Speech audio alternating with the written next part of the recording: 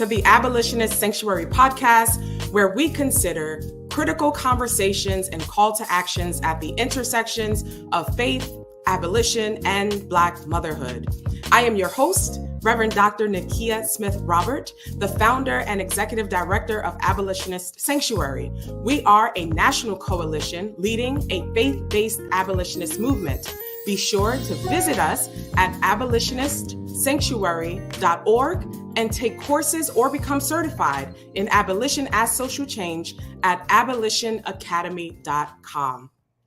Thank you to our audio and visual audiences for joining us on YouTube, Instagram, Facebook, and all platforms. Join me in welcoming our special guest for this exclusive conversation. I am so excited to introduce author and activist EbonyJanice. Hi. Hi. Nikia. Thank you for being here. If you don't mind, may I just introduce you to our audience? Please. Okay. You could do the abridged version of whatever bio you got. It's probably about 2 minutes. I'll try my best. So, EbonyJanice is the founder and CEO of the Free People Project and the EbonyJanice Project. She has authored several books, including my favorite, All the Black Girls Are Activists, a fourth wave womanist pursuit of dreams as radical resistance. Her spiritual mentorship program entitled Dream Yourself Free is designed to support Black women to heal intergenerational wounds and prioritize pleasure. Our talks embody a hip-hop womanist perspective.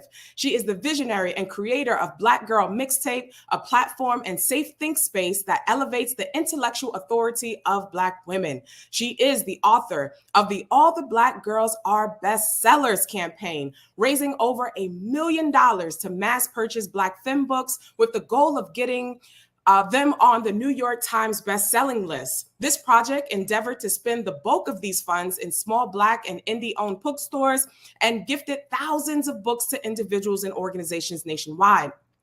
EbonyJanice earns her bachelor's in cultural anthropology and political science and a master's of arts in social change with a concentration in spiritual leadership, womanist theology, and racial justice. Welcome, EbonyJanice. Thank you for having me. I'm so excited to have you here, and I cannot wait to get into our conversation. So let's get to it. Let's begin, if you may, just describe how you are presenting yourself in this space. What are your visual appearances? What are you wearing, your background, aesthetics, and also who are your people? Okay. I'm sitting here with a 30-inch bust down with a part in the middle, long Black hair to my back, and I have on a white dress. It is Oshe Ifa Day, so I try to wear white on Oshe Ifa and Oshe Obatala days. Yeah. And I'm sitting in front of a bookshelf that has some of my favorite books right to the left of me, which is right on the screen. Left and above is like my womanist text kind of on this shelf and this shelf. And then my romance novels are right here behind me because that's important. Right, and a stack of All the Black Girls Are Activists are sitting right there as well. And I come into this space with myself. I come into this space with my parents, Jacob and Cassandra Moore. And I come into this space with my honorable ancestors, Emma Jane Baxley and Bernice Gully Moore. Ashe. So if you had a 90-second reel highlighting your life, what would you include? And most importantly, what would be the background music? 90-second reel highlighting my life would say that EbonyJanice is a free girl that grew into a free woman on a love journey. Radical Black religion and spirituality at the center of my entire being, because even as a little girl, I used to think that I was magic. And that has certainly guided the way that I exist in the world, even to this point. And I know I started by talking about being a free Black girl growing into a free Black woman. But Black women and Black girls have always been the center of all the work that I've ever done in all the different iterations of who it is that I am. So that would definitely be in the 90-second reel. And she loves love, and she loves her people, and she loves the folk, and she loves hood rat things with friends. Um, and the background music would very likely be either, I was gonna say something hip hop, but probably the background music, because the first real song that came to my mind is Corinne Bailey Rae's "Like a Star," so we'll go with it. Okay. I love it. I love it. You got womanists in one corner. That's the church, right? And you got the romance. In your bio, you mentioned pleasure. We love all of that. And now you like the hood rat, the hood ratchet, right? And so I like to say that I like I am both redeemed and ratchet. And so what I really like is that you have some connections to one of my favorite places in the world. Shout out to Harlem. Okay, yeah. So you moved from North Carolina to New York City. Harlem, you may not know this, but I'm born and raised in Harlem. Anyone who knows me, that's probably the first thing they'll say is she's from Harlem, because I rep it hard. And so I was just there, and I grew up on 110th Street and Fifth Avenue.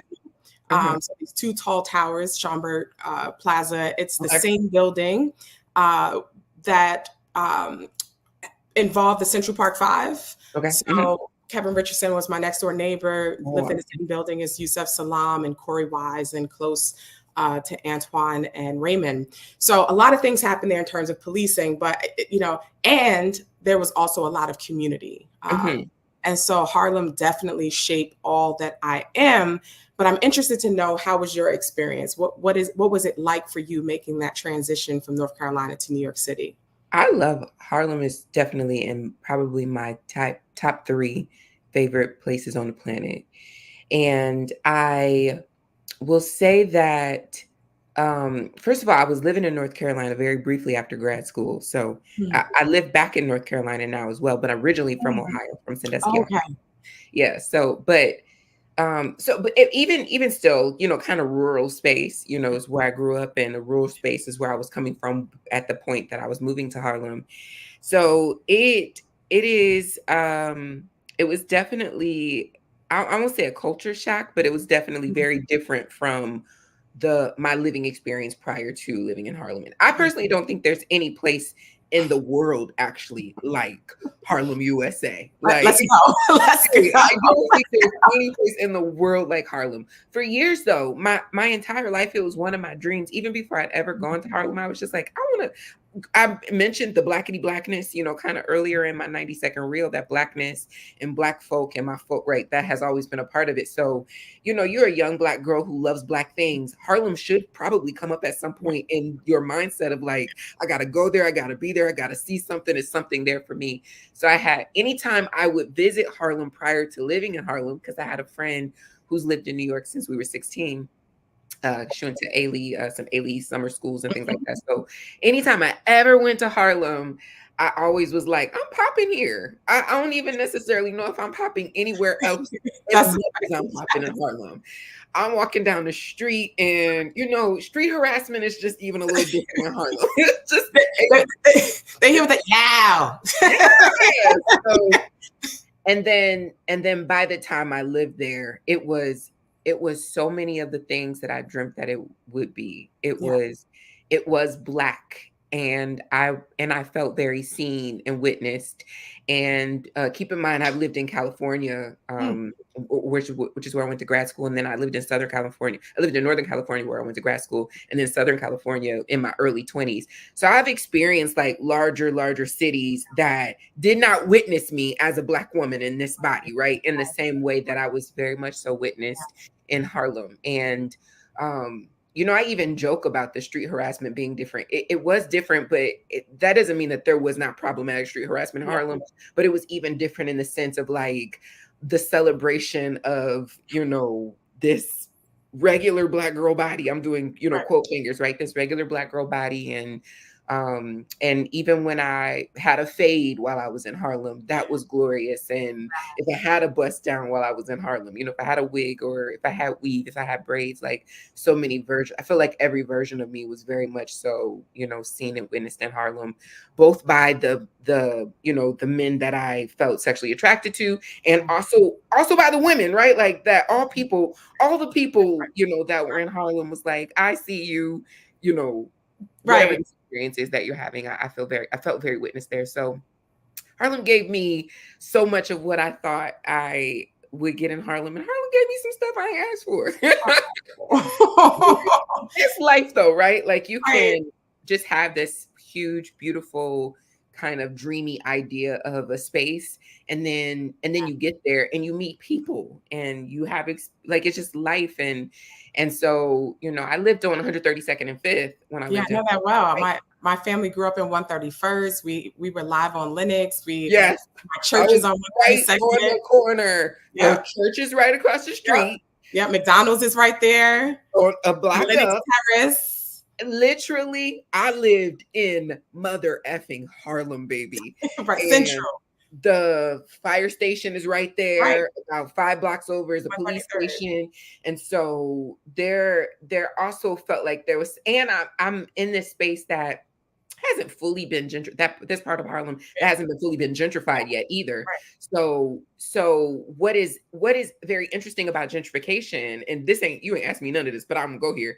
What's very interesting about gentrification is that when white supremacy has decided it's coming for your home, it will do everything in its power to push you out of it before it shows up and says you can't afford to live here anymore. So even the resources that were taken away from or not made readily available to make sure that this space could still remain beautiful and clean and, having all the, and safe, right? Like having all the things that you need, that I was kind of I don't think they've taken 132nd and 5th yet, right? I don't think they've taken that area yet. Well, you know what? They're coming for it. So the churches sold the land. They took Paragon, the fish market, man. Yeah, they're about to build that apartment complex over there. And they gave all the money to Harlem Hospital. They're trying. You got the Yeah. This is really it really hits home for me because when gentrification took over our building, we were a Mitchell Lama building, so we had tax subsidies. So it was affordable housing, rent control. Right. But then the landlords privatized the buildings. And when they privatized the buildings, my mother's rent went up 300%. Believe it. And so I saw how gentrification worked to displace residents, right? And then the eminent domain that happened with the buildings of Columbia University and Mount Sinai and all the things. But what's interesting, I don't know if you know Alicia Gordon. She is the executive director of the Current Project. She's also based in Harlem, and her organization focuses on economic empowerment for poor Black mothers. But she does this survey, and she coins this term, the middler mother. And the middler mother was my mom. It's the person who does not make enough to qualify for Section 8, but also doesn't earn enough to afford the rent once it's privatized, in my mother's case, right? So they don't make enough for government subsidies, but they don't make enough to secure quality of life, right? This kind of middler mom. And it's a very... it is an existence of survival. And so that is how Abolitionist Sanctuary emerged. It was based on this story of my single poor Black mother, born in Harlem, New York, pregnant at 15, me receiving my first letter from my brother in prison at the age of 12, watching how carcerality decimated my community, and yet still, right? Black women, including my mother, knew how to make something out of nothing. Right. Knew how to make $1 out of 15 cents. And sometimes that meant bending the rules or breaking the law. And according to society standards, that's considered criminal, deviant, immoral, bad mother.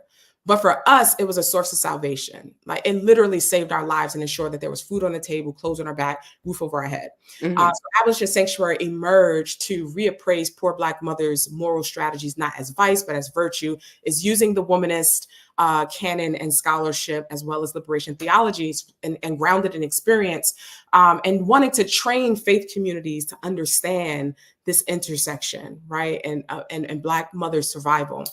So we're doing a documentary.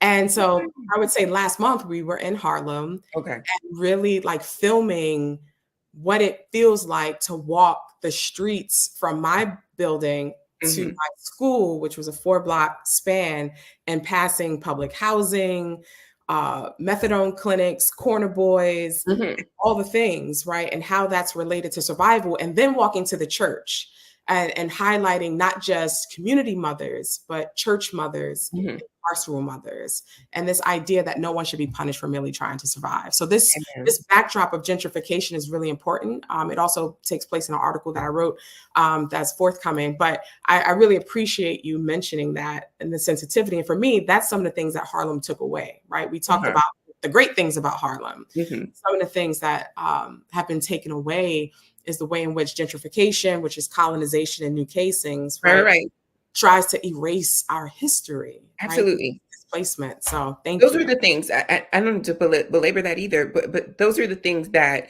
I could talk about, the noise and, just different things that, and I'm not talking about noise as in people, I'm talking about noise as in there's something very insidious about how loud the sirens can be in your neighborhood. But if you go up to a different neighborhood, and I know that the zoning is like that. I know that there is a noise ordinance where it pertains to certain neighborhoods. So this isn't just somebody who's not from New York complaining about sirens. This is someone who spent time in different parts of New York and knows that, you're not hearing the same things in your home that I'm hearing in my home. And there's something intentional about that.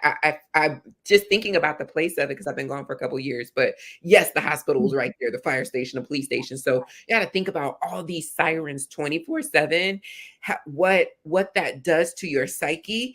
And I met, she ended up becoming my editor, but Tamala Gordon, I used to talk when I lived in Harlem, used to talk about, I wasn't using the language of hood wellness, but she ended up publishing the book Hood Wellness a few years, just this year.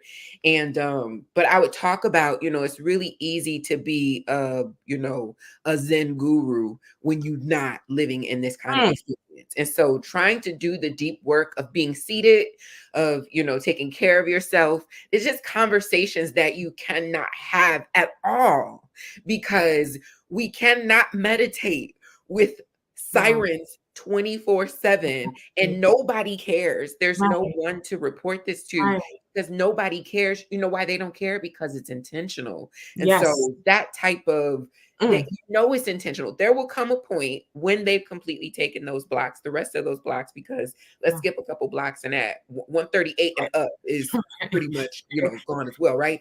But once they have taken those blocks completely, I can guarantee you that those sirens from the ambulance will not be as loud. I can guarantee it that they won't be as loud. We're on the cusp of like gentrifying Harlem, where you go into places in Harlem and it's predominantly white, and you realistic in real life have people looking at you like, how did you get here? Do you know where you are right now? Do you know where you are right now? Listen, I passed Foster Projects while I was there, and it was a white family with their children playing in the basketball courts. And I'm like, do you know where you are right now? I'm like, I took my cameraman around the projects. I'm from here. We didn't walk through. We didn't walk through these projects. You know where you are right now, baby. So not looking at me like, what am I doing here? What are you doing here? So yeah. That's deep though. That's deep because I remember my mom waking up in the middle of the night hearing gunshots, and out of her sleep, she would wake up screaming, "Is that my baby?" Right. So the trauma of noise, right? And then in the case of sirens, right, that it's almost as if the more, the non-Black, the privileged neighborhoods, right? It's almost as if they are entitled to a peace and safety Because you're because That we you're are not. essentially being socialized into chaos. Just be okay with the chaos, or or just and how much does that incite even your own panic that That's causes right. you to behave in certain ways that you might not necessarily normally behave? We're all on 10 That's all day right. long. We don't know how to we don't know how to get in arguments and turn it down, because we started the argument on 10 Wow. because we were sleeping on 10. We went to sleep on 10, Mm. guys. So Wow. it really is I don't want to, I think that's very important, when I talk about Harlem. And I do talk about that a little bit in the book about, Yeah. how Harlem gave me just the fantasy. I had met, probably to this day, the great love of my life, the greatest love of my life in Harlem. Let's go. I'm like so many gorgeous experiences, of like the old man on the Yeah. corner of, 131st and Lenox Yeah, in that's the my middle of block. the night, like just standing on the corner, That's right. participating in me making out with my boyfriend at the I time, like guarantee you that was my family. I guarantee you. I guarantee you. like cutting up and being cussed out for being like passing, other Black women and being cussed out for being cute, Right. like just the energy of Harlem. I got all those things, and also I learned so much about what my body needs in Harlem. And the thing that I deeply desire, I think that some of what All the Black Girls Are Activists is trying to do in talking about this softness, but some of the things that I deeply desire is to, at the very least, introduce people who maybe have lived on 10 for their whole life because they're from places that have this kind of there's no place like Harlem, but they're from places that have this kind of 24/7 turned up energy outside, right? That, do you even know what it feels like to be fully seated in your body? Do you even know what that feels like? And if you've never experienced it, do you even know that that's a conversation to have? Do you even know that's a thing to reach for, to want, to desire? I don't have the answer to that because it's not the way that I was raised, but the absence of it for your whole life. And then maybe one day you travel out, you don't live in Harlem anymore, and Right. you wake up and it's quiet, and do you panic? What do you do? Like, what do you do? So I want Black people in general, but particularly because my focus on my work is, Black women and femmes, right? I want Black women all over the world, Black American women most specifically, to get even more clear. I want Black American women to know that it's an option, so that they can, regardless of where you are, as far as your positionality or your geographical location, to be thinking, I'm not seated right now. What do I need in this space? Because I want to get to live, spend more time in my actual body and not in In the, survival.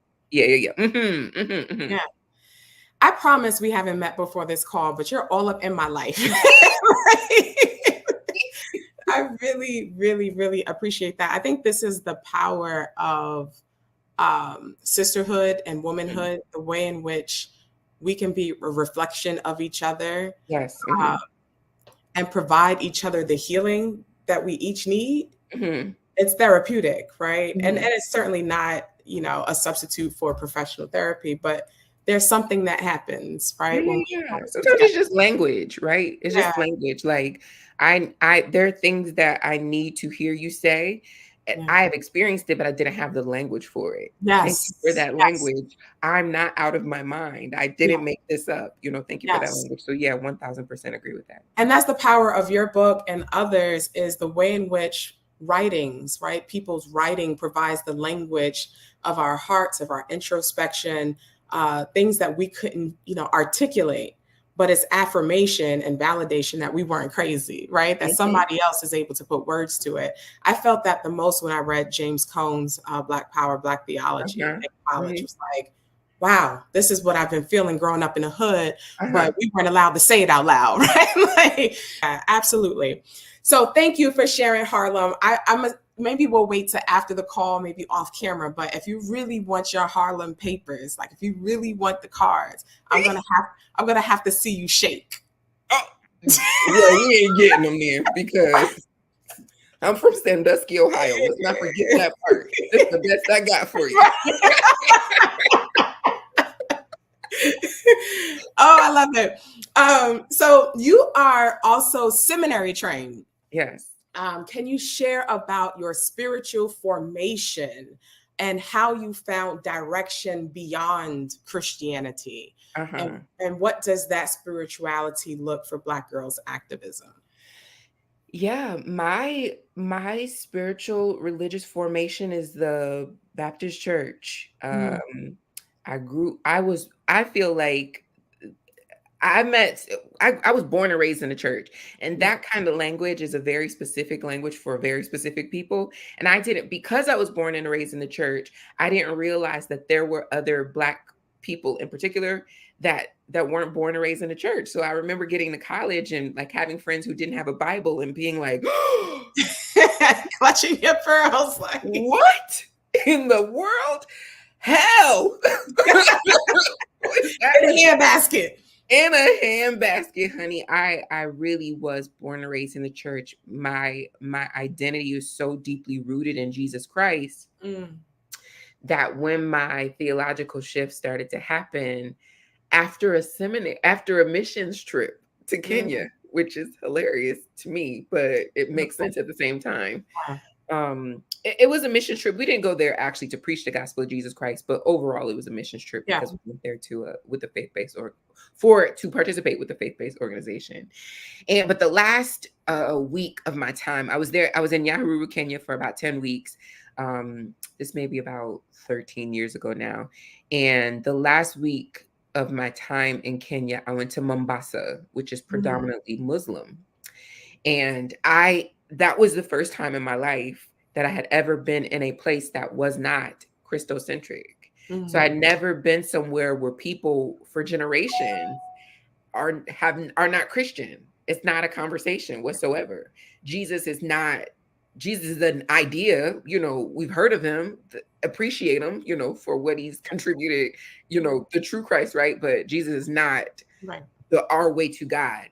And when I didn't really, so when I say I'm in Mombasa in like this super Muslim space, I mean, we're hearing the call to prayer all night long, right? Every single hour, the siren, the loudspeaker is going off because it's Muslim where we are. Right. And it's not till I got back home that I really started to process that with one of the senior pastors at the church that I was attending at the time, that I really was struggling with the idea of some so-called potential privilege that I had by being born in Sandusky, Ohio, because I am Christian because I was born in Sandusky, Ohio. And I cannot fathom that I mean more to God just based on the location of my birth than these beautiful people that I had the opportunity to experience, for a week and some change in Kenya. And I thank God for this particular pastor, Pastor Derek Barbie. I thank God for him because in the midst of this journey, I really was going through a faith crisis because I'm like, I can't see people going to hell and burning eternally because of where they were born. Yeah. It's not that they have rejected Christ. It's that is not a reality. That's not the conversation. That is just, it's not real. Yeah. And I'm going to quote Jay-Z, it's not real to me, therefore it doesn't exist. So please, right? I do be having hip hop tracks sometimes. I love it. So yeah, it's not real. And Pastor Derek Barbie said to me when I was in this crisis of faith, when I was saying, I don't really know, it was deep. I really don't know what I believe right now because I knew why I believed, but I couldn't really fully flesh out what I believed at that point because I had this new information and it felt like I had to do something with this information. I can't just go back to business as usual after this experience. And I also, positioned the fact that it was a missions trip because I personally think that if you go on a missions trip to Africa, as a Black person who is the descendant of enslaved Africans, you got to do something with what it means that you are going there to potentially use Christ as a way to, evolve people. Right. I'm doing quote fingers, right? Like to enhance people's lives, and that their lives, their culture, their reality that they've been deeply rooted in for generations is less than because they may not have Jesus Christ, or that may not have been their way to God. And so I returned from that and really was just having to deal with that. And I was dealing with it. I also was accidentally dating a Hotep at the time, but that's a conversation for another day. That's not what we talking about today. Listen, I'm all for it. So I can meet you there. So that was I'm sure, Harlem. So that was also a part of what was happening for me. I'm also like forced by this guy.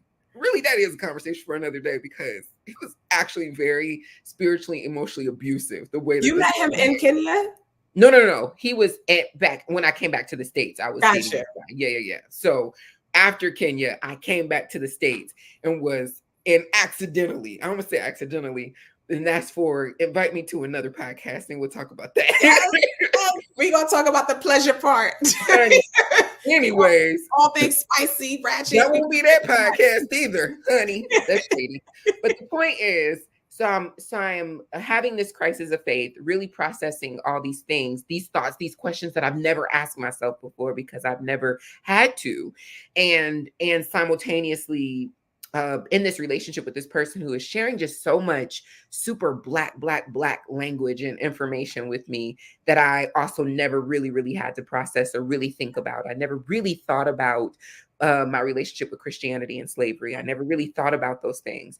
And which is wild for me to say, because my identity was Jesus Christ. And I get it now, but at the time it was really like, wait a minute, what have I been doing with my Black self? Mm-hmm. And, a lot of words to say that Pastor Derek Barbie said to me, I think this is the best thing that will ever happen to your faith. That you totally take Christ off for a minute and figure out if your path is back to Christ or what it is. Wow. And the thing is, I was an ordained preacher. Yeah. So I was still preaching in the pulpit. Wow. Yeah. And I didn't know if Jesus was even a thing to me at the time. And I was in a pulpit in Port Clinton, Ohio, one Sunday morning preaching. And in the midst of that sermon, Jesus Christ came back to me. I was preaching about the trustworthy nature of Christ. And I'm standing there in the pulpit having this like download, like Jesus, true Christ, Jesus Christ is so trustworthy. I'm preaching it. My sister is in the audience and she's the only person, of course, that knows that I'm in this crisis of faith. But she was like, I was watching you and I was like, is this girl having a stroke? Like, what is happening to her right now? Because I was like, no, Jesus in the flesh is so trustworthy. And that is the relationship that I began to have with Jesus Christ. It wasn't necessarily in that particular period of my time, Jesus as a savior. It was Jesus as this embodied, manifestation of God that really was showing me what it looked like to say words and see it. And, to do what you say you're going to do and to speak those things that are not as though like I saw Jesus Christ in flesh in that moment, of preachment. And I wanted that, whether I fleshed that into back towards Christianity or not, I wanted a relationship with that guy. Yeah. And over the years, my relationship with Christianity has drastically evolved. Obviously, I mentioned earlier, it's Oshe Ifa Day, Oshe Obatala days I wear white. So I'm an initiated Ifa Obatala and Oshun priest. So clearly I am not a Christian. Yeah. But I also, in the midst of my initiations, I just was talking to a girlfriend of mine about this the other day, that nobody can out churchy mystic me, because in my initiations, was I speaking in tongues? Yes. In my initiations, was I whispering Jesus? In my body that I'm sitting in front of the Bible loud and he's reading me, he's telling my Odu to me, which is this word for my life. And the word he's giving me is so profound. My natural response, because I'm 40 at this, 41 years old at this time, going through these initiations. My natural response to like a word is Jesus. My Aunt Nifa, my godmother, was like, she just always so tickled, like, you are the most non-Christian evangelical ever. But Jesus It was is a foundation for you. yeah. And my first initiation was a Southern Black Christian experience. Yeah. I was initiated into Christianity. I was initiated into, being a Baptist. I grew up going to BTU, Baptist Training Union. I was initiated, y'all. So I definitely know, like, it's deeply in my bones, but I've just been able to reorient it in such a way that my relationship with Christ is my own personal, experience. And I don't flesh it out for people very often, right? Unless I feel like we have a sacred space where, it makes sense that we can have that conversation. But even for my family, very often, I don't fully flesh it out because I'd be like, I want you to stay Christian.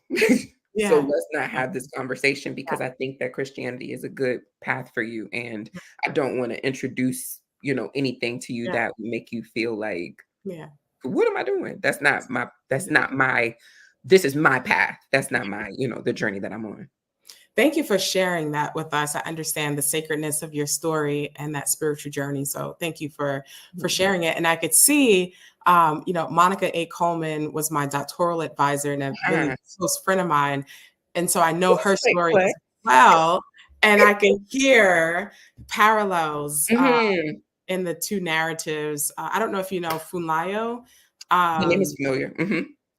She's also a good friend of mine, and her mom is a Baptist pastor, and she's a Yoruba priestess. So it makes sense, right? It definitely makes sense.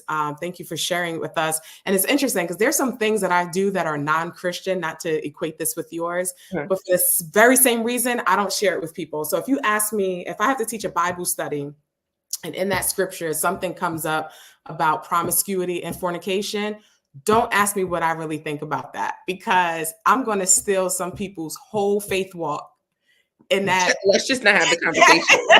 I'm just genuinely not even trying to be haughty. I am, you've gone to seminary. I'm a trained theologian. We are not in having the same conversation. So it doesn't make sense for us to have that conversation. I don't think that it would be prosperous, and I don't think that we would end in peace for either of us. So, just don't flesh it out. Like, let's not have that conversation. Not at all. Not at all. So, but I have people come to me in private and say, can you tell me about it one-on-one? Right. So it's just, it's being discerning what people can handle and what's helpful for their faith journey. So I completely understand. So thank you for sharing your spiritual formation. And I want to make the connection to the ways in which you also identify as womanist and what you are presenting as a fourth wave womanism. How did you get there, and why is that intervention important? Yeah, I think that if you identify as womanist, you could probably trace back through your life and realize that you probably were always womanish. You just didn't have the language for it. And I think about that. I'm from a family, my grandmother raised 6 girls by herself, from a family full of mamas. The women in my family really, it's like the hierarchy of eldership really is the women. And, this just the way that the institution of my family worked, is that my grandma's word was the word, and we went from there. There are certain ways to move out of that hierarchy and have maybe more power and authority. Your social status, economic status, you might, if you got a little bit more money, you taking care of the family, you might not have to wait for the highest auntie to rank you or whatever. But, and so there are just so many moments in my childhood that I look to. I don't think I talk about this in the book, but I had this experience as a young girl where my grandmother never stayed alone. On my mother's side, my grandmother never stayed alone. All of the grandkids, somebody was always living with her, staying with her. And there are periods of time where it was maybe 2 or 3 of us at one time staying at my grandma's house. And the way the rules were set up, or there were unspoken rules, but we knew the rules, is that if you came to spend a night at grandma's house, whatever bed you made up, meaning you changed the sheets, you made that bed, that's the bed that you could sleep in for tonight. Right. And so, of course, we had our favorite rooms because this room was too hot, that room was too cold, this is the perfect room. Right. So I made up this bed. I'm going to sleep in his room tonight. My cousin Robert McKinney, I'm going to say his whole name. My cousin Robert came to the house and goes and gets his little nappy head in the bed that I made up. And I'm like, that's not right. We about to fight because I'm sleeping in this room tonight. And my grandmother comes in. My grandmother, who I believe was a womanist, comes in, however, and says, just go sleep upstairs. You can just go make up that bed. And I look at her. I'm like 15, 16 years old at the time. I look at her and I say, Grandma, you dead wrong. No, I'm saying this to my grandmother from Talladega, Alabama, right? Like to my grandma. She probably could have, but she did not. Right. But my cousin was like, what? Like it was about to be an issue. But I just go upstairs. I sleep in that bed. The next morning we get up, get ready to go to school. Robert leaves out before me. He says bye, hugs grandma, kiss grandma. He leaves. I go out. My grandmother is saying goodbye to me and I don't speak. I just walk out. I go to school. And I think about it while I'm at school. Like, I know I'm going to get in trouble when I get home because she'd have been and told my mom that I was disrespectful, whatever.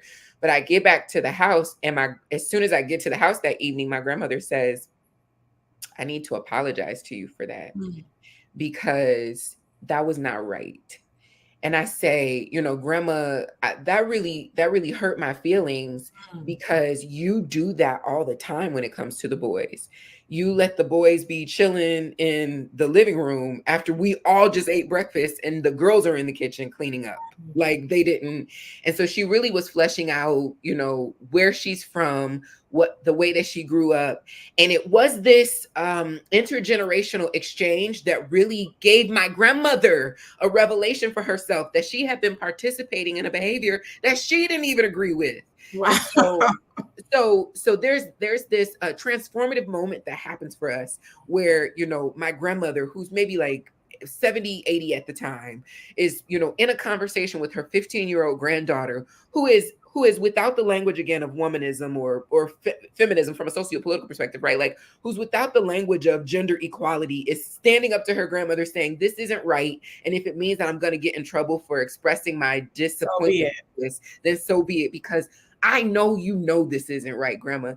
And there's something transformative that happens there. But I bring up just that story very quickly because I'm saying there's evidence of both how I arrived here and that it was always there. There was always something there for me that was troubling. What are we doing here and why are we doing it this way? And so it wasn't until I was in my late 20s, Dr. Renita Weems was preaching, who I never heard anything about Dr. Renita Weems at this point, but she was preaching at this church I was going to. And my boyfriend at the time, his mother, who I don't even think liked me very much, but she called him and said, tell EbonyJanice she needs to get up to the church. I go to the church because she needs to hear this lady that's preaching. So again, there's the fact that she knew that I needed to hear Dr. Renita Weems preaching really speaks to the fact that she even saw the evidence of something there about me that I would be moved by Dr. Renita Weems preaching. And I get there and I hear Dr. Renita Weems preach. And I'm like, what the F? I never heard someone do to the text what this, like a basic text, right? I can't honestly remember the sermon, but let's say it was just Romans 8:28. This not even something gender specific. I never heard somebody take Romans 8:28 and be like, let's talk about the Black women, right? And this was not a women's ministry event. That's not what this was. So I'm like, wait a minute, what is this? And that when I started, I went and researched her. I want to read everything she done wrote. I wanted everything. I became friends a couple years later with, this is a random name drop conversation, but this is in the book too. Yeah. With Trisha Hersey Patrick, Trisha Hersey is what she goes by publicly. Of the NET ministry. And she was in Emory at the time. And so I would go to some of her classes sometimes and she would share like her syllabus for different classes. And she invited me to this class and Dr. Monica Coleman is Skyping in. Just to tell you kind of how long ago that was. We were Skype. Yeah, right.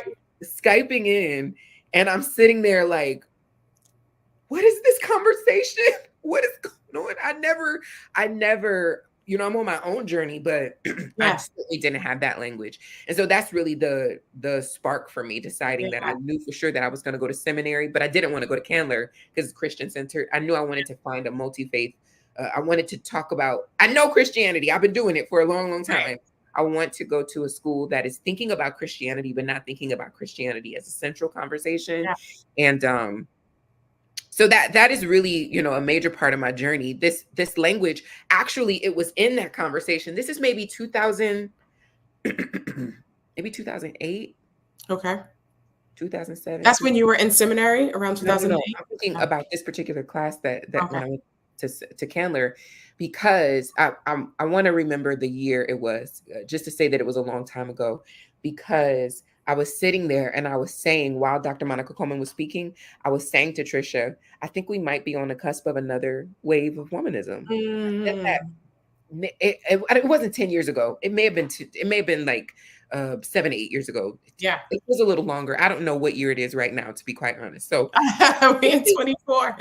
yeah, maybe 2014. So Okay. maybe it was about 10 years ago.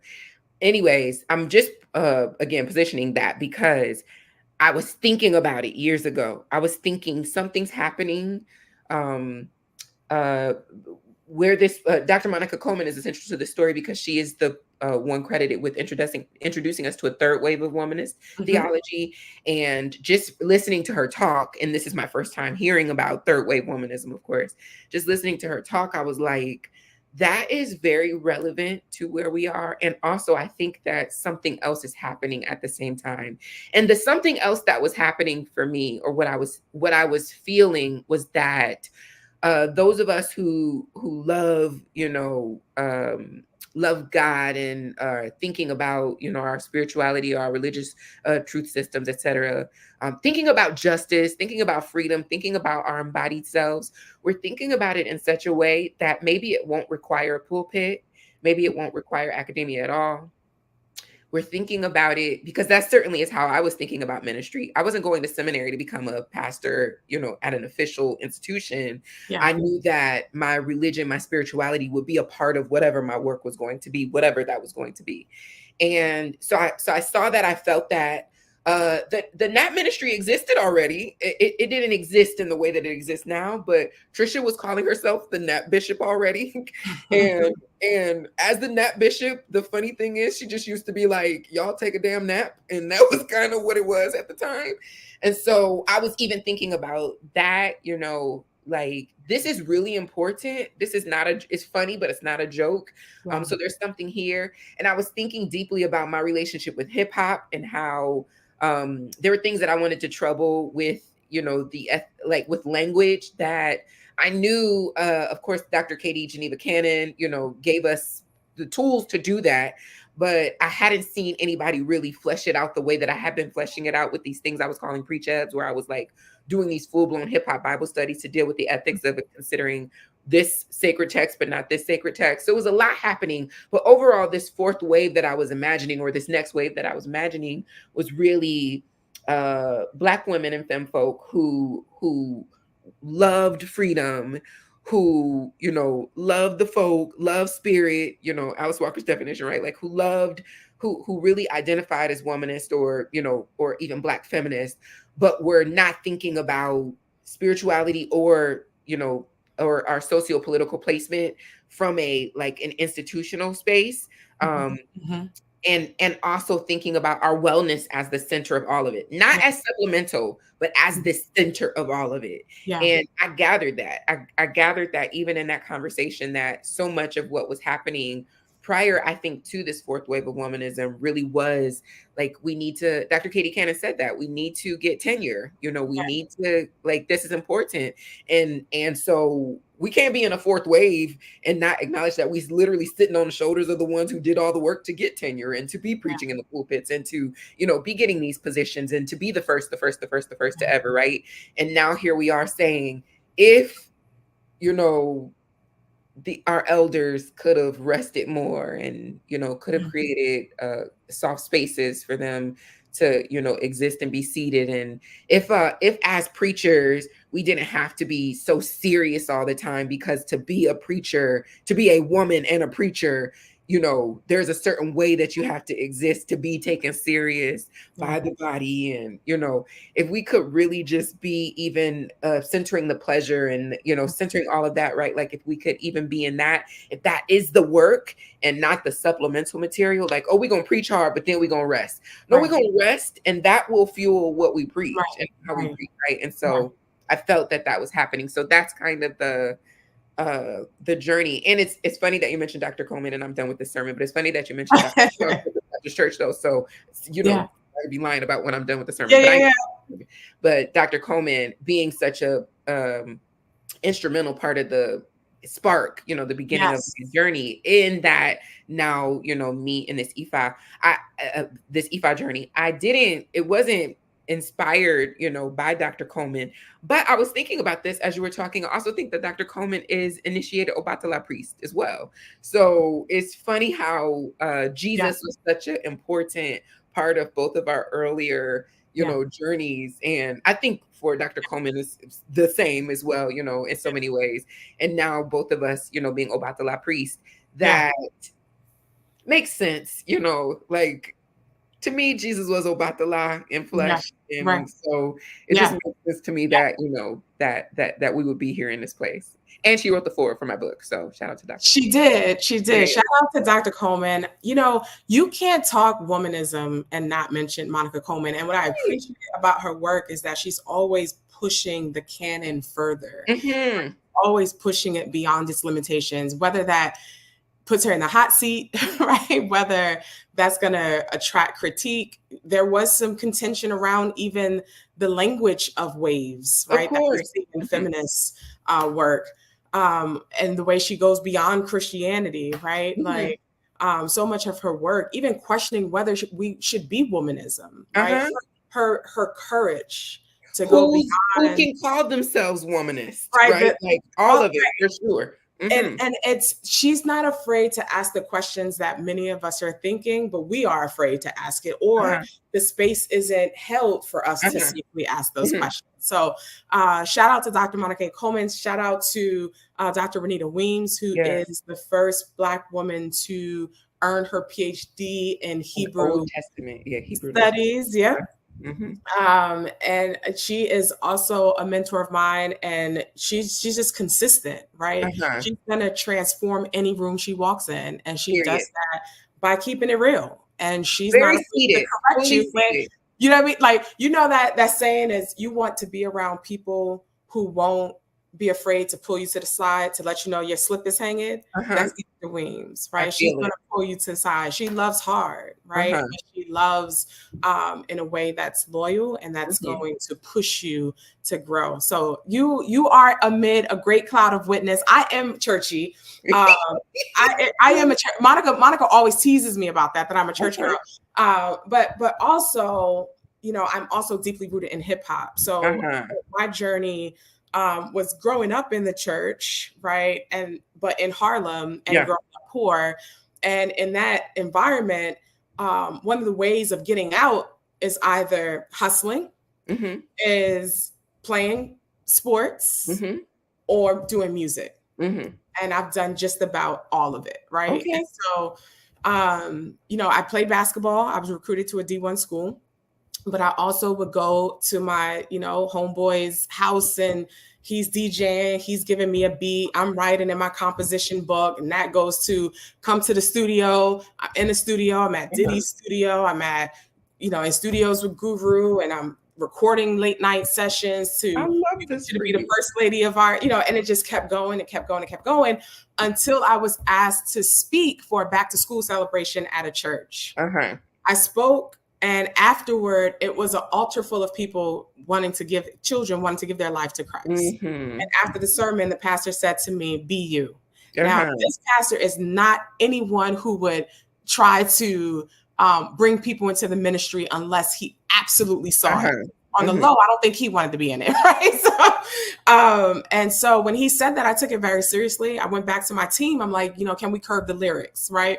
And they're like, we already have a Lauryn Hill. I'm like, yeah, but what you have me saying, right? I'm on this mic like, pull my hair a little bit while I'm rubbing the pole. The way you look at me, it's almost like you fucking my soul. What music is so, right? And I'm like, I can't say that no more. Right? And so I left. And the people that remained are very successful in the industry right now, music execs and all. So I really connect with you on that hip hop theology piece. I think we should co-write something on Harlem. This hip hop thing too, though, because I say this all the time.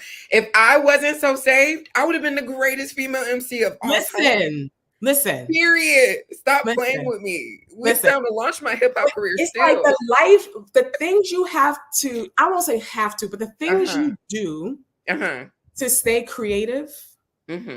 Yeah. And the things that you do in a studio environment is very hard to do and do ministry. Right. The lives are very hard. They're hard to do. And I also, even though I joke about that, I also feel deeply grateful for this path because,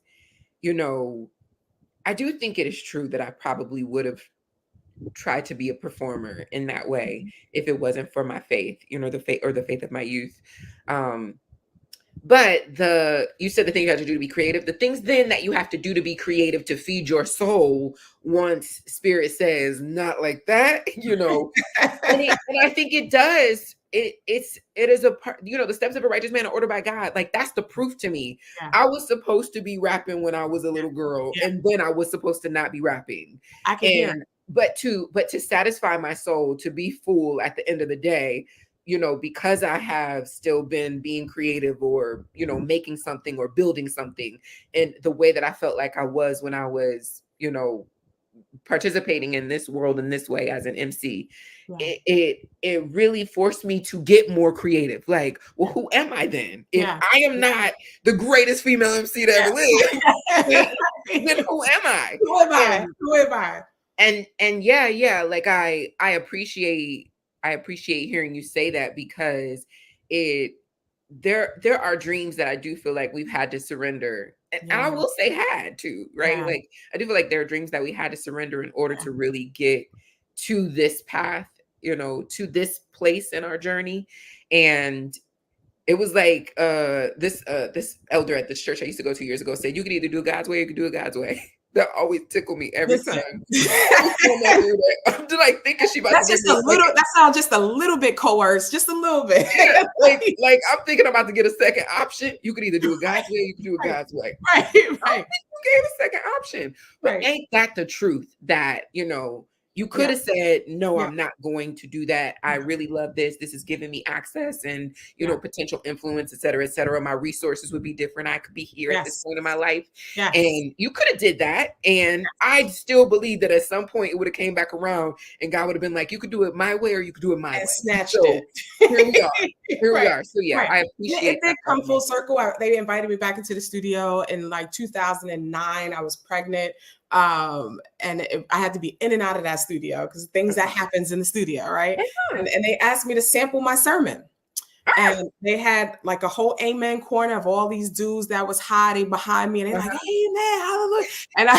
And I'm sampling my sermon to a track that was supposed to be for Fabulous. Okay.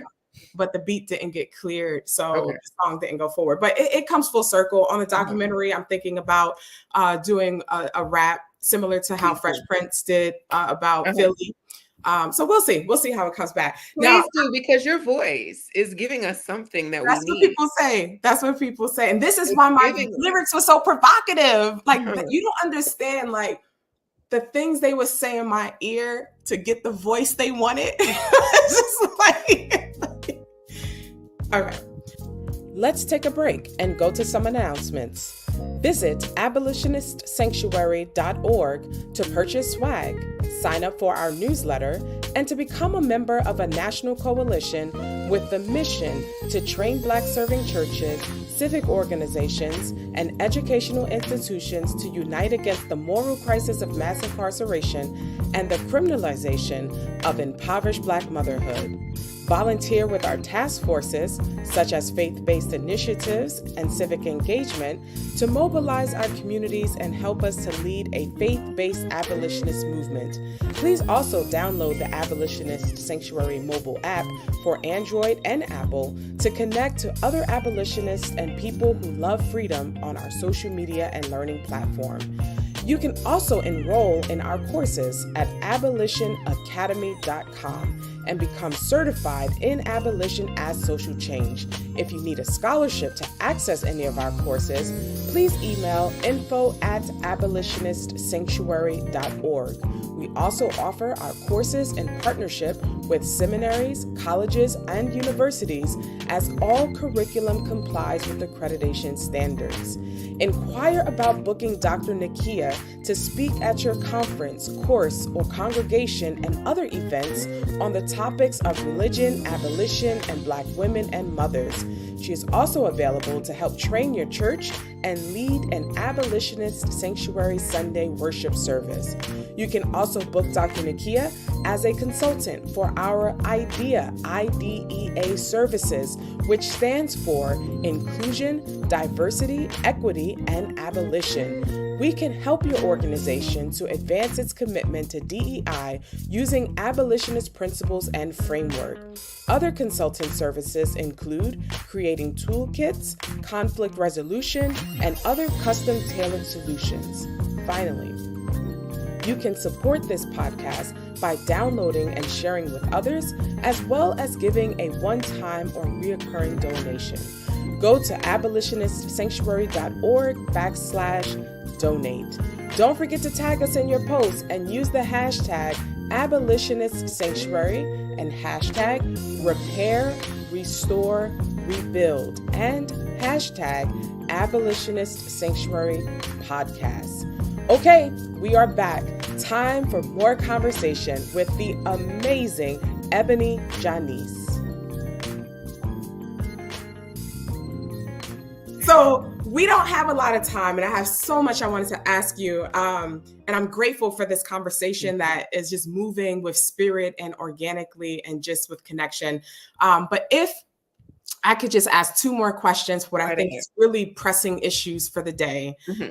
One on state violence against Black women, and the second question on voting, and then connecting that to what you're saying about pain and joy. Then we'll conclude with a rapid question, and it's just I'll say a few words, and you just tell me what comes to mind, and then we out. Okay. All right. So we talked a lot about your book, and I wanted you to summarize it, but I think you've done that in your responses. But I just want to really encourage our listeners to purchase this book. This book is really groundbreaking, formative, well-written. You don't want to put it down. And I mean, I do not say that with no cap whatsoever. Like, it's no hyperbole. I'm not it is really kudos to you for really writing a solid book that will be a staple, that will shape lives. Thank you. Thank you. I received that, and kudos to Spirit, because sometimes I reread parts of that book and I'll be like, girl, did you plagiarize this? Where did you get this from? This is so good. That's when it gets good to you, right? Yeah, back to you. Who wrote this, girl? It's good.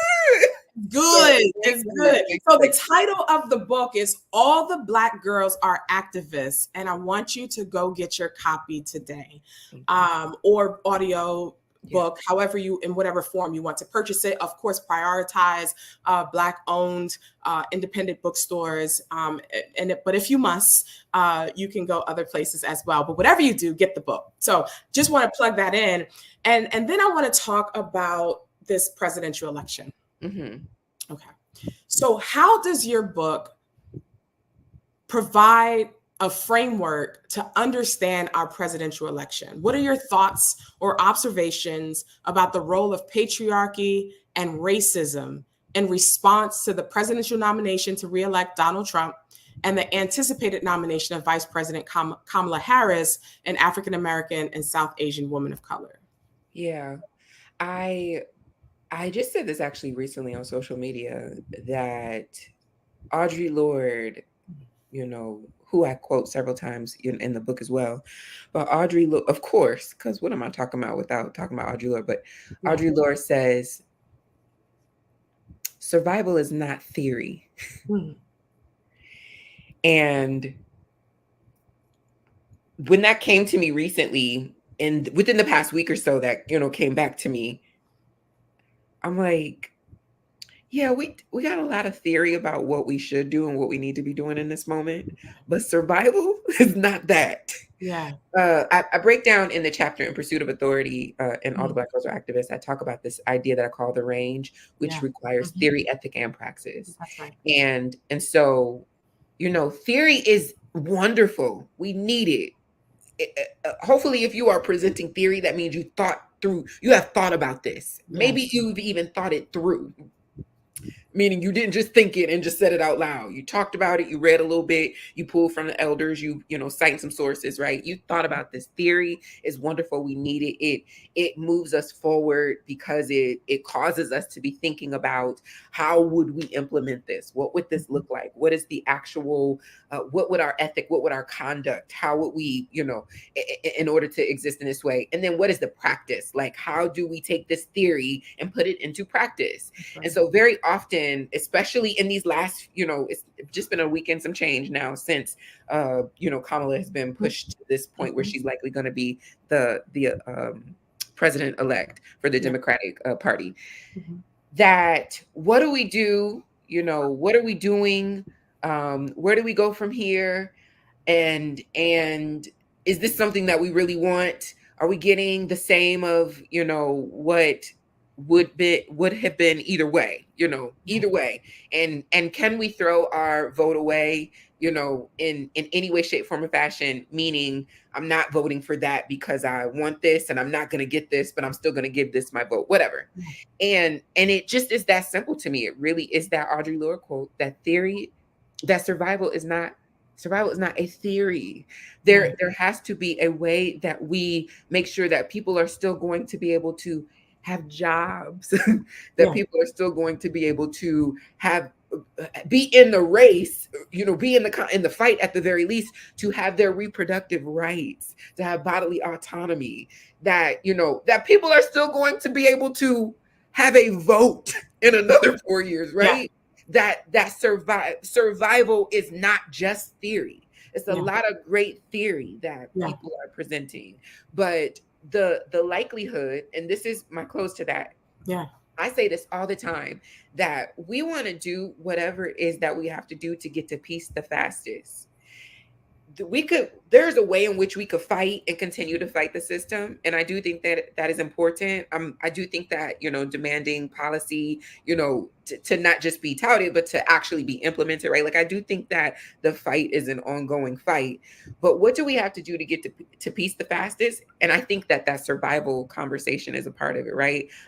I'm saying something without saying it, obviously, but what is it that we have to do to make sure that on January 21st, you niggas still got a job? Right. Like that, and that there is still a place for us to even be thinking about our wellness and our wholeness, and we not just back in this tight knot of, you know, what it felt like for us to be in a deeper way, in an even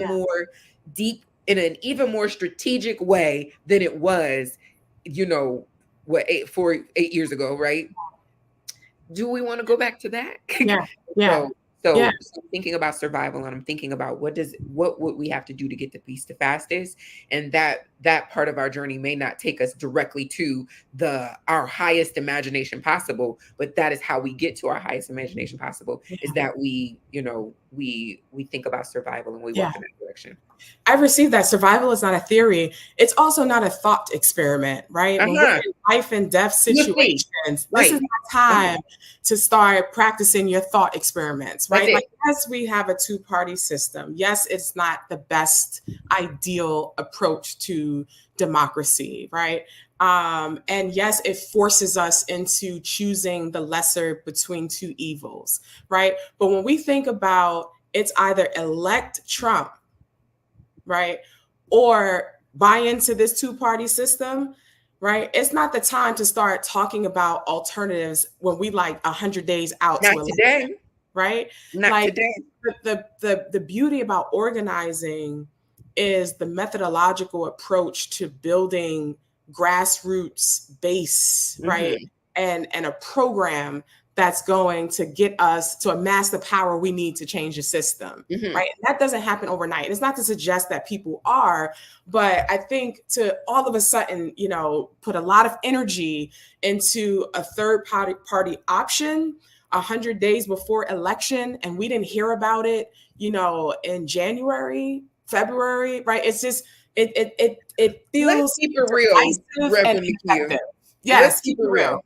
If a third party was going to win in the history of the United States of America government, in the last 50 years, right? Like if a third party was going to win, it's really an idea, and I love it. I love the idea, but you know, was it Ross Perot came the closest to you know actually gathering the largest amount of votes in the history of a third party candidate, and got none of the votes from the Electoral College. Zero. That Electoral College. So do you fools listen to music, or do you just skim through it? Like you can't just again have this theory of if we could get a third, the electoral. That's not the way our elections, presidential elections, even work. That Hillary Clinton has proven that you could get the largest number of votes and still not get all the votes from the Electoral College. So guys and girls and everybody else that don't believe they want to be a guy or girl. Yes. And I don't mean that in an inappropriate way. I was just being gender non-inclusive when I started with guys, and I had to keep going. So, but yeah, everybody. That's not the way this works. And we need to acknowledge that the fact that the quickest way for us to get to some peace is to not go to a dictatorship. Like that is the quickest way for us to get to even just a little bit of relief. And this isn't and the last thing I say about that too is that this is, people talk about a symbolic victory. Losses are not symbolic. So especially when your freedom is on the line. We don't need a symbolic victory. We don't need a symbolic loss either. They don't be symbolic. And so there is so much on the line for all of us. And, you know, listening to what does it mean for us to, you know, both demand, I think we have a greater chance. People are talking about Kamala's statement after the nigga from Israel was cutting up recently in Congress, Netanyahu. And I thought that it was trash. I agree with that. I didn't love it. I don't like the idea of talking about burning flags when we're talking in comparison to a genocide, right? So I didn't love that. But if we're gonna be real, who do we think we have a greater chance of having a ceasefire with? The person who is not gonna have a ceasefire, or the person who has actually out of their mouth said ceasefire? At this point, right? So this is not there is no perfect way for us to be in relationship with this, but at the very least, when we think of this as survival, that gives us something really to work with, and I think that's important for us. And this is, you know, even framing this in the sense of, you know, this idea of all the Black girls are activists. All the Black girls are activists isn't suggesting that we are all going to be marching to Selma, we are all organizers, we are all going to be doing political commentary, right? That's not the suggestion. Really, the suggestion is that if the Black girls don't do nothing else but show up as our most authentic selves, we have done enough. What's inside of that, though, is also saying that Black women, our elders, have been telling us what to do and the way to go for years. And if we really could center, that is womanist, pass the microphone to the you know, marginalized voices, right? If we could center the wisdom of our elders before they become our ancestors. Let's not wait until Toni Morrison bell hooks, right? Like, let's not wait until Maya Angelou. Like, let's not wait until they're our ancestors before we say, maybe you know what you're talking about, June Jordan. Maybe you know what you're talking. Let's not wait until Angela Davis and may God give her many more years, right? Let's not wait until she becomes our ancestor before we actually start listening to her. And again, I'm not saying that Angela Davis is saying go vote for Kamala Harris, but I am saying that Angela Davis, that the elders have given us so much wisdom and tool and insight on what it would look like for us to actually walk into a more liberative future. Yes. And I also just want to say one more thing, and I think this election piece is really important, is I talk to a lot of my day ones from Harlem, right? and I get a lot of pushback from Black men in my community. And so I just want to encourage us, right, to be more than meme philosophers, honey, to be more, to be more than thumb activists, right? And so I need people to go and do their research. You cannot get behind memes that have not been vetted, right, or corroborated in any way. And the fact is, there's a lot of fake news and false information, misinformation in the memes that's circulating on social media. So to set the record straight, we're seeing more and more the true narrative come to surface is that Kamala Harris was not the worst thing that happened to Black men and the carceral state. Exactly. That if you look at her tenure, it was actually a drop in marijuana convictions, right? And that she created programming to, even for the harder, more than just marijuana, she created programming to try to support recidivism. She created programming to try to make sure that, there was so many of those, the worst things that we know about Kamala have absolutely been debunked. And if you're willing to go find the information, and this is what I would say to the Black men in Harlem and the Black men all over the United States of America, many of you certainly already support the, this progressive journey that we're on. But what I will say about those that have really been caught up in this, these memes and this misinformation is when have Black women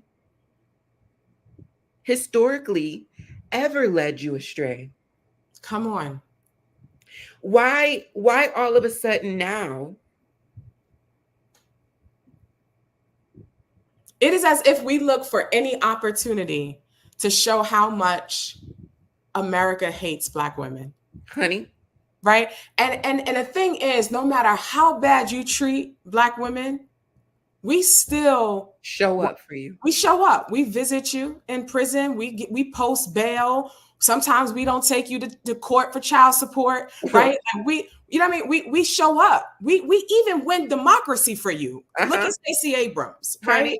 Like we handle it. And we look at the first day at 3 hours after Kamala announced her, wanting to replace Joe Biden, Black women got on a call 44,000 deep and raised over $1 million.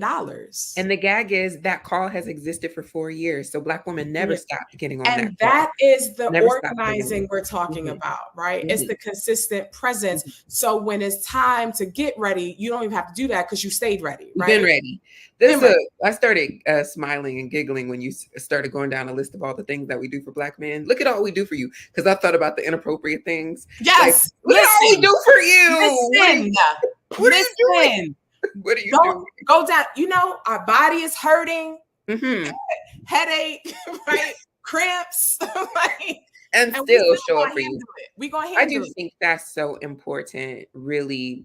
I've never talked about this publicly in this way, but I do want to have a revival, service of sorts for our relationships with Black men, particularly as Black women, as those of us that identify as Black women, because social media really has seemed to highlight or give a platform to a lot of Black men who say they love Blackness, but their actions and their behavior and their words really speak to the contrary as it pertains to Black women.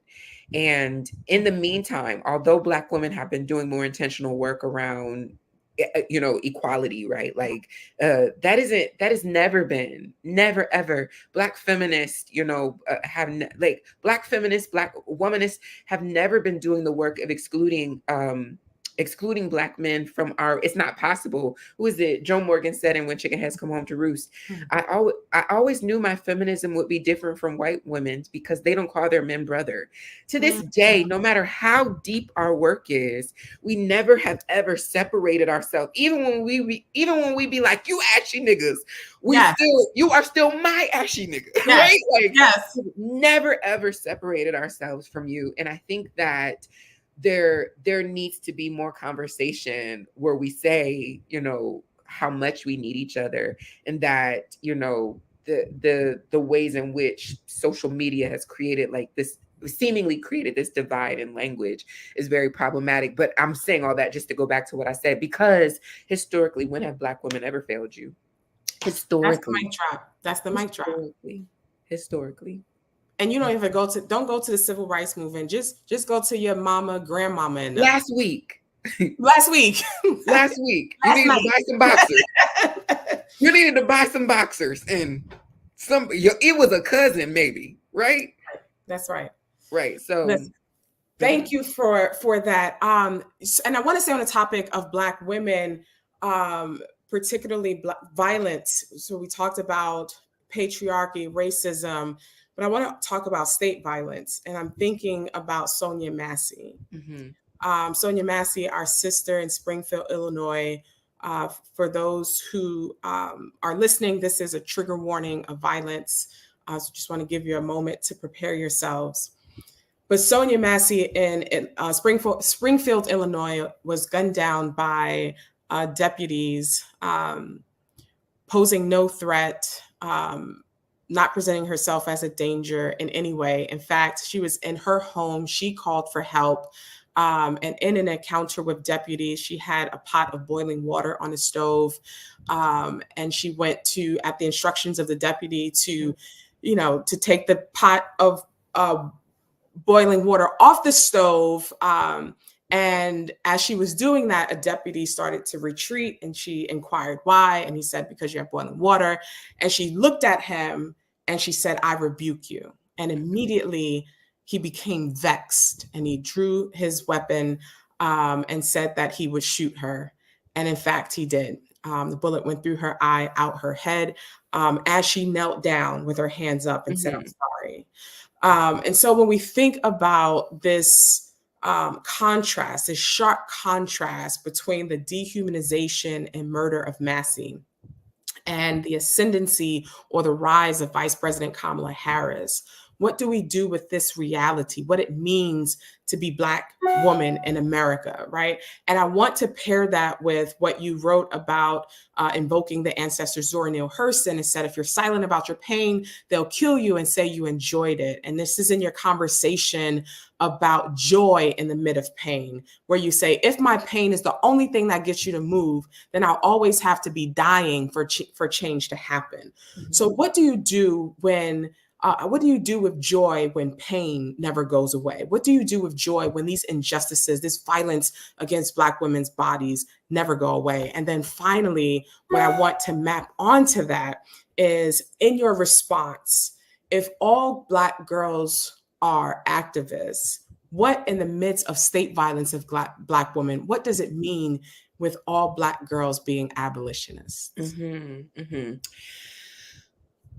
I want us in this moment, and always, in these moments, which is a sad thing to say, but always in these moments, to hold ourselves even more sacred, to lean even more deeply into. You're making this juxtaposition of Sonia Massey in this moment and simultaneously Kamala Harris in this moment, and what do we do with that? And I want us to lean even more into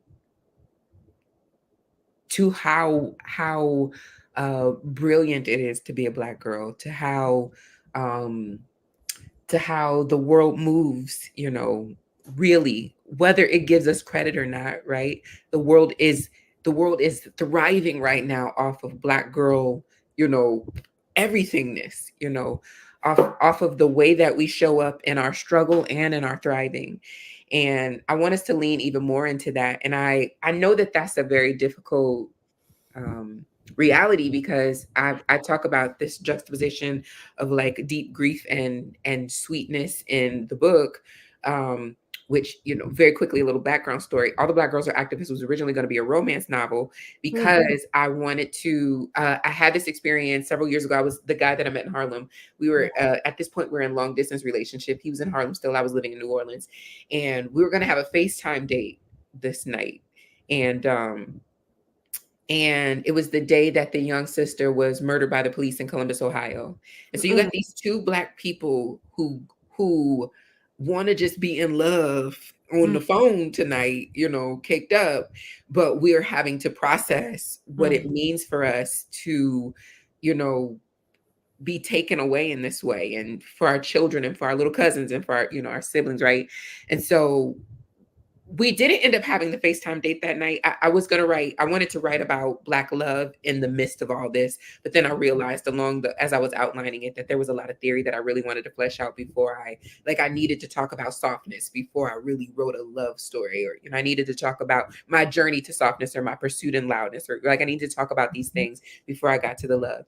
And so as I reflect back on that time, we didn't end up having the FaceTime date, but I've thought about it so much because I'm writing this book that's very inspired by kind of this moment in time of, this is 2020, when, every white person is Martin Luther King, and they have $1 million for whatever it is that all the Black people want to do. And simultaneously, all this violence is happening, George Floyd and the baby in Columbus, right? Like, all this violence is happening. So what is the both?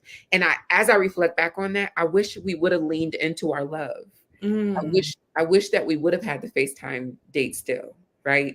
We felt like it would not be appropriate for us to be humping on the camera tonight, but right, like, we felt that it would be most appropriate for us to just rest, and we did, and that's good. But I wish that we would have leaned even harder into the love in that time. Yeah. I wish that we would have spent more time witnessing each other. I wish that we would have spent more time creating whatever it was that, we were going to create in that moment. Yeah. And that is what happens, I think, what is happening for us, because we're in this duality of both grieving this very awful thing that happened to Sonia Mackey, because we literally know that we could be that hashtag any day. There is no anything that sparks it. Like, if I don't wear a hoodie, if I don't carry Skittles, if I don't have my tea, if I walk at this time, if I'm in the daytime, if I don't play a violin, if I don't smoke the blunt, right? There's nothing we can do to not. But what we can do in the meantime is lean even deeper into our sacredness, to make sure that our life is not just an activism that takes us out of our body, to make sure that our life is not just marching all the time, it's not just positions all the time, that there is such a distraction for that to be our lives, that here we are generations after our elders and ancestors from the civil rights movement. Here we are generations after what our elders did in the, in rebelling against slavery, right? Here we are all these generations later, and we still marching instead of, being booed up. And I'm not saying to not, obviously I wrote a book about, activism and what it means, like defining a freedom, but Baby Suggs and Beloved said, the only grace you can have is the grace you can imagine. And the grace that I want us to imagine is a grace in which our lives are beautiful and glorious. And we really prioritize that. And we don't feel guilty about prioritizing taking care of ourselves and becoming our whole full selves. I have other, I think, more prophetic language to say, in a longer format, more prophetic language to say about what it means when you lean deeper into your softness, what happens, what manifests when you lean deeper into your pleasure, what is able to be created when you lean deeper into, focusing on your wholeness and not just, this one fraction of who we are. That none of that is to minimize it. That is to say there's something beautiful that's created. And the one thing that I'll say about that, and I'm done with this sermon, is because in my imagination, what could come of that as we lean deeper into our pleasure, we think about all the things that need to be in place in order for us to exist in this safe, pleasureful, soft-seated reality, right? And in thinking about that, I am a Black woman that lives in a predominantly white neighborhood, and I have a predominantly white HOA, and I'm living in not just a predominantly white neighborhood, I live in a predominantly white, very rural part of North Carolina. My parents, my nephews, and my middle sister live 8-minute drive away from me. So thankfully for that. And there are other people that I know around that when it comes down to it, I would never call the police ever. I have a whole community, coalition that exists, that me as a single Black woman in this very, very, very, very white space, that if somebody even was if the alarm went off at my house, my first call would not be 911. My first call would be the South Pilot. Get up here now. Something's happening, right? And so But the reason why I can lean into that is because I've leaned into, how do I exist? How do I have my land? How do I have my garden? How do I have these realities for myself? How can I create that and still be safe amidst a Confederate flag a couple blocks away, right? How do I have that and still be well? It is that I've co-created a reality within this community that supports that I can stay seated, I can stay soft, I can stay well. And they coming with the blicky if they pull up. You know what I'm saying? Like, Listen. it is what it is. They come in. And so that doesn't take away from us giving ourselves the space to grieve this violence that happens to us on an ongoing basis. That however does say that we don't want another Sonia Massey experience, because we want the next, I don't want to use that language. We don't want another Sonia Massey experience because we want the next Black girl who is worried that somebody's breaking into her home to have a coalition, a community, whole cohort of places to call. And people going to show up. It's not going to be, oh, I got to go to see about this girl again. I'm going to see about this girl again. That's the reality that we created. And I invite this pursuit of softness. I invite Black men into, I'm writing the book to Black girls, but I invite Black men into that softness reality, into that reality, because the only way that we can have it is because we've imagined it, and you've co-created it, you've co-imagined and co-dreamed it with us as well. Yeah. Yes. Mic drop. No, but I think what you're describing is also an abolitionist project, right?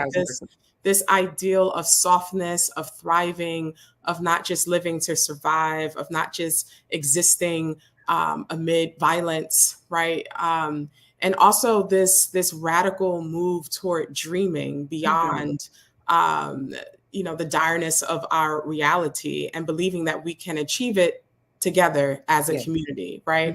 That police do not make us any safer. And we keep saying that as abolitionists, right?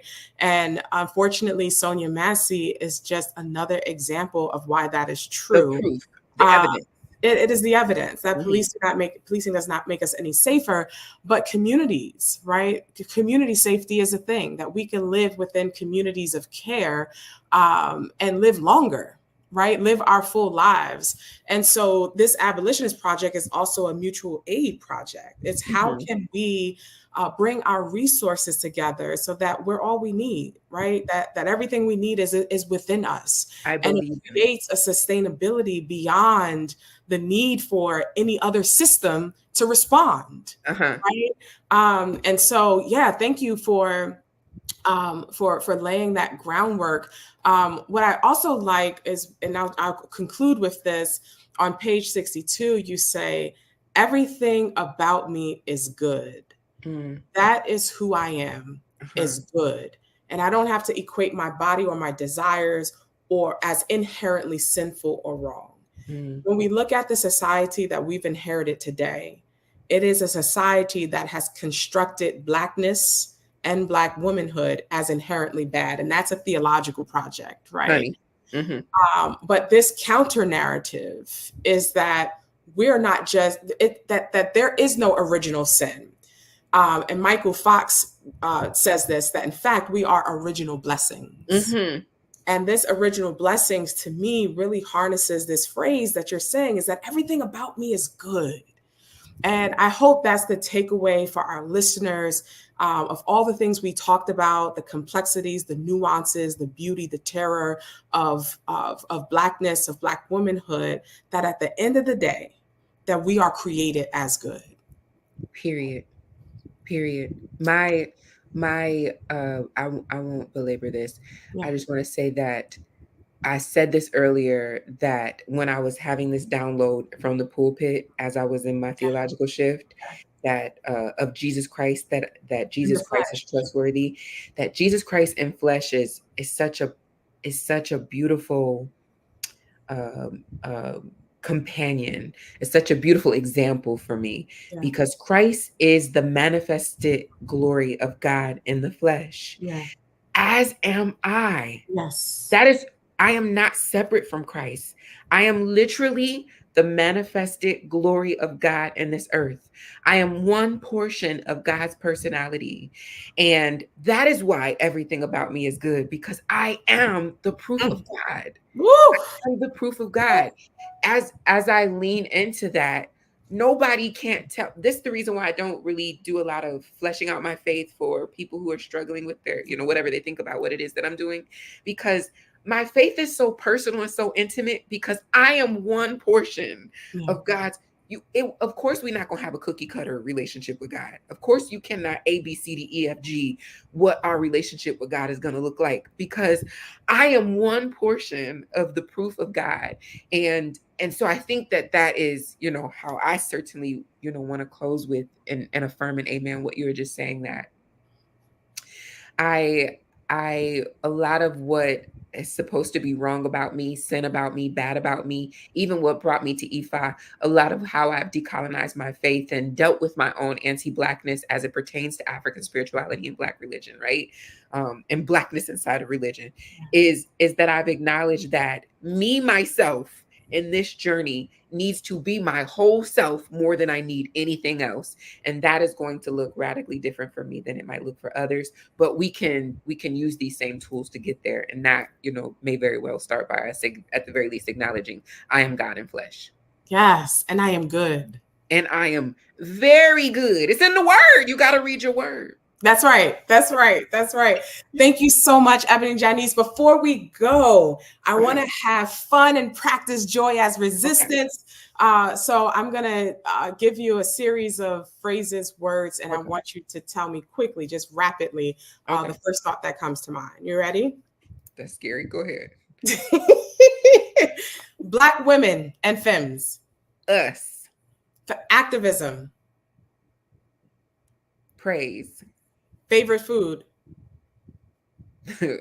Chocolate cake. Kendrick Lamar. The homie. 90s hip hop. The best. Harlem. Where I found my love. I want to talk about that offline because you've been mentioning it a lot. I'm a chaplain. I'm a trained listener. And when people repeat something, you got to go in on it. What Amanda, move back to Molly. Forget him. Oh, okay. Ancestor. Emma Jane Baxley. Ashe. Cannabis. Give me some. Orgasms. Give me some. That's right. Toxic trait. Reading romance novels when I'm supposed to be doing work. God. Me. Church. Miss it sometimes. Abolition. The truth. Dream. Myself free. Create. Because I'm God. Vote. Nigga, stop playing. That part. Vote, vote, vote. Thank you for joining this conversation on Abolitionist Sanctuary Podcast with our special guest, EbonyJanice. Please download and share on all platforms. Again, I am your host, Reverend Dr. Nikia Smith-Robert, founder and executive director of Abolitionist Sanctuary. Find us on YouTube, Instagram, Facebook, and download our social mobile app, bringing together abolitionists and people who love freedom. Also, enroll in our courses and become certified at abolitionacademy.com. Don't forget to become a member and join our mailing list at abolitionistsanctuary.org. As we conclude this episode, remember that abolition is not only a practice, but it is a way of life. And for me, abolition is our religion. Ashe. Thank you so much for joining us. Thank you for having me, love.